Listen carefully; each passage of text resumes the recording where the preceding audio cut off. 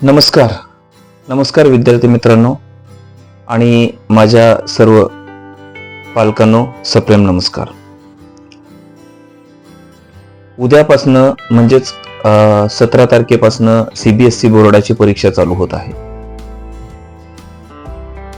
या CBSE बोर्डाच्या परीक्षेमध्ये काही अतिशय महत्त्वाच्या सूचना ज्या विनोदी सुद्धा आहेत, त्या आपल्याला वाटते की बाबा या सुद्धा सूचना असू शकतात का, अशा काही सूचना घेऊन मी हा व्हिडिओ तुमच्या समोर आणलेला आहे.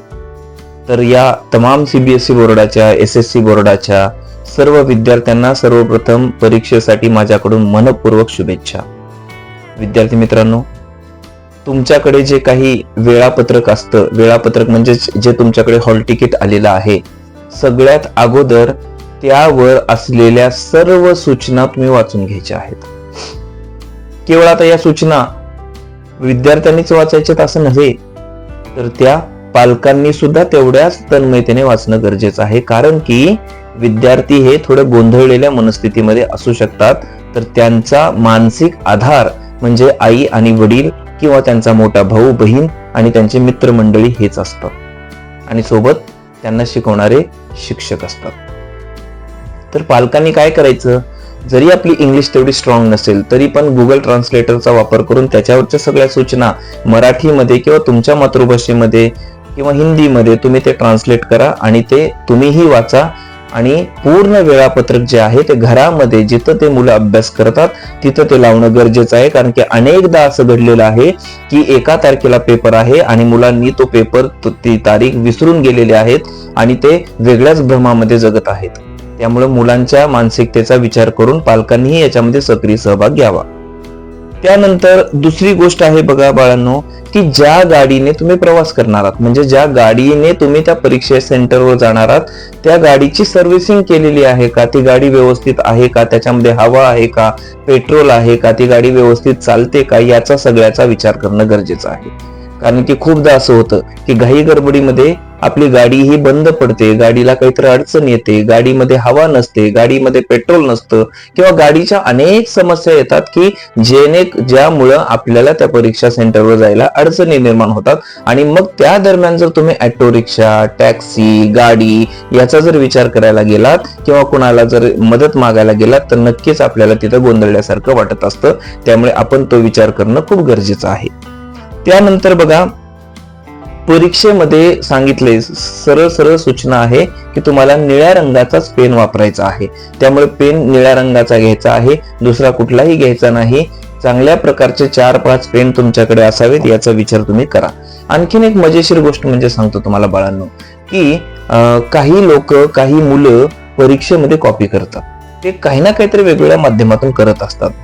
मग आणि ते दिसायला अतिशय टॉप टिप सुद्धा असू शकतात. मग आपले जर केस वाढलेले असतील, आपले नख वाढलेले असतील, आपण जर अस्वच्छ असू, तर अनेकदा अशा प्रकारचे गुण आहे ना, करतात एक आणि भरतात एक. म्हणून कमीत कमी परीक्षा सेंटरवर परीक्षा देत असताना आपले केस व्यवस्थित कापलेले असावेत, आपले दात ब्रश व्यवस्थित केलेले, त्यानंतर नख काढलेले, या सगळ्या गोष्टींचा विचार एक पर्सनॅलिटी म्हणून करा, जेणेकरून तुम्ही सकारात्मक परीक्षेच्या सामोरे जाल आणि तुम्ही सकारात्मक, तुम्ही पॉझिटिव्ह दिसाल. हे एक तेवढंच महत्वाचं आहे. बाळांनो, कुठल्याही परीक्षेसाठी पॉझिटिव्हली गेलं पाहिजे. म्हणजे आता ही लढाई शेवटची आहे, बरोबर आहे. आणि दुसरी गोष्ट म्हणजे कुठलाही प्रश्न हा ब्लँक सोडायचा नाही, रिकामा सोडायचा नाही. आपल्याला पूर्ण प्रश्नाचा प्रत्येक प्रश्नाला टच करायचे, प्रत्येक प्रश्नाचं उत्तर लिहायचे.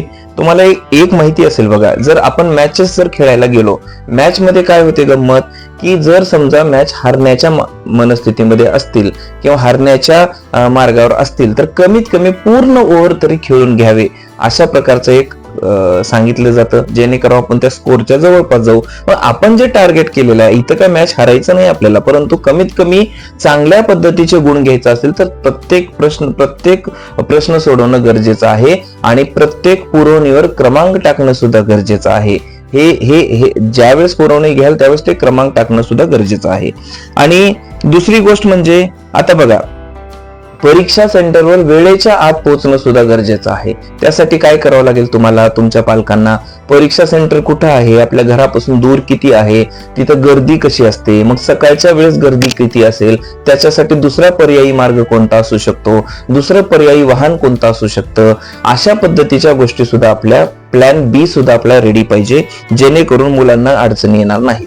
आता पेपर झाला, पेपर झाल्यानंतर त्या पेपरवर चर्चा नाही करायची, काय चुकलंय काय बरोबर आहे हेही नाही बघायचं, किती गुण पडतील हेही नाही बघायचं, पण एक मात्र करायचं, पेपर सोडवत असताना ऑर मध्ये काय आहे त्यातलं तुम्हाला काय सोडवायचं आहे हे तरी तुम्ही टिक करून पेन्सिलने घेणं गरजेचं आहे. आणि सगळा पेपर झाल्यानंतर सगळे माझे प्रश्न कव्हर झालेत का, पुरवणीचा क्रमांक बरोबर आहे का, प्रश्न क्रमांक उपप्रश्न क्रमांक बरोबर आहे का, हे उत्तर बरोबर आहे का, महत्वाच्या मुद्द्याला मी रेषा ओढलेल्या आहेत का. कारण की काय असतं, परीक्षेमध्ये तुम्ही उत्तर जे लिहिता ना त्यामध्ये फक्त हायलाइट जे केलेल्या गोष्टी असतात ना त्या परीक्षक हा अगोदर बघतो आणि त्याचं काम सोपं जातं आणि तुम्हाला आउट ऑफ मार्क द्यायला तेही तयार होतात. दुसरी गोष्ट म्हणजे बाळांनो, निळा पेन तर आहेच, सोबत पेन्सिल, शार्पनर, इरेझर, पट्टी या सुद्धा गोष्टी आपल्या कंपास पेटीमध्ये असाव्यात. परीक्षेला जाण्याच्या पूर्वी म्हणजे एक्झाम सेंटरला जाण्यापूर्वी तुम्ही पाणी प्या आणि काय बाथरूम टॉयलेटला जायचे तेही जाऊन घ्या, जेणेकरून तुमची मानसिकता, तुमची शारीरिकता अतिशय स्थिरतेने चालेल. दुसरी गोष्ट, परीक्षेच्या दरम्यान घरामधलं वातावरण अतिशय पॉझिटिव्ह ठेवा. कृपा करून पालकांना विनंती आहे, एवढ्या दरम्यान आपल्या घरामध्ये कुठलाही कार्यक्रम, कुठल्याही भांडणं, कुठल्याही चर्चा बिलकुल नको आहेत. मुलांना एकदम शांततेने अभ्यास करू द्या, पॉझिटिव्हली सपोर्ट करा त्यांना. सकाळी त्यांच्यासाठी उठल्यानंतर, मुलांनीही सकाळी उठल्यानंतर परीक्षेला जाण्यापूर्वी आई वडिलांना नमस्कार करा. तुम्ही ज्या देवामध्ये श्रद्धा ठेवता त्यांना नमस्कार करा आणि पॉझिटिव्हली जा. म्हणजे देव काय म्हणतो, देव तुम्हाला फक्त आणि फक्त मानसिक सपोर्ट करण्याच्या या गोष्टी सगळ्या असतात. घरामध्ये परीक्षेच्या दरम्यान फ्रुट्स वगैरे ठेवा, त्यानंतर बदाम, काजू हे जे काही असतात ना अशा सुद्धा गोष्टी आपल्या घरात असाव्यात, जेणेकरून मुलं बघा या दरम्यान मुलं पूर्ण आहार घेत नाहीत, त्यांच्यावर प्रेशर असतं, तर त्यांच्यासाठी आपल्याला त्यांच्या आवडीच्या वस्तू सुद्धा कोणत्या आहेत त्या सुद्धा देणं गरजेचं आहे. आणि कृपा करून मुलांना एक विनंती आहे की परीक्षेच्या दरम्यान रात्र जागू नका, व्यवस्थित प्लॅनिंगने अभ्यास करा. जर तुम्ही तुमच्या प्लॅनिंग मध्ये जर रात्र स्पेअर ठेवलेली असेल तर हरकत नाही, पण परीक्षेमध्ये त्या झोप येऊ नये तुम्हाला, याचाही तुम्ही विचार करणं गरजेचं आहे. तर कृपा करून बी पॉझिटिव्ह आणि नक्कीच तुम्ही यशस्वी व्हाल. सगळ्या माझ्या CBSEच्या विद्यार्थ्यांना, SSCच्या विद्यार्थ्यांना या वार्षिक परीक्षेसाठी खूप खूप शुभेच्छा. तुम्ही खूप खूप यशस्वी व्हाल एवढीच मी ईश्वर चरणी प्रार्थना करतो आणि मी थांबतो. धन्यवाद.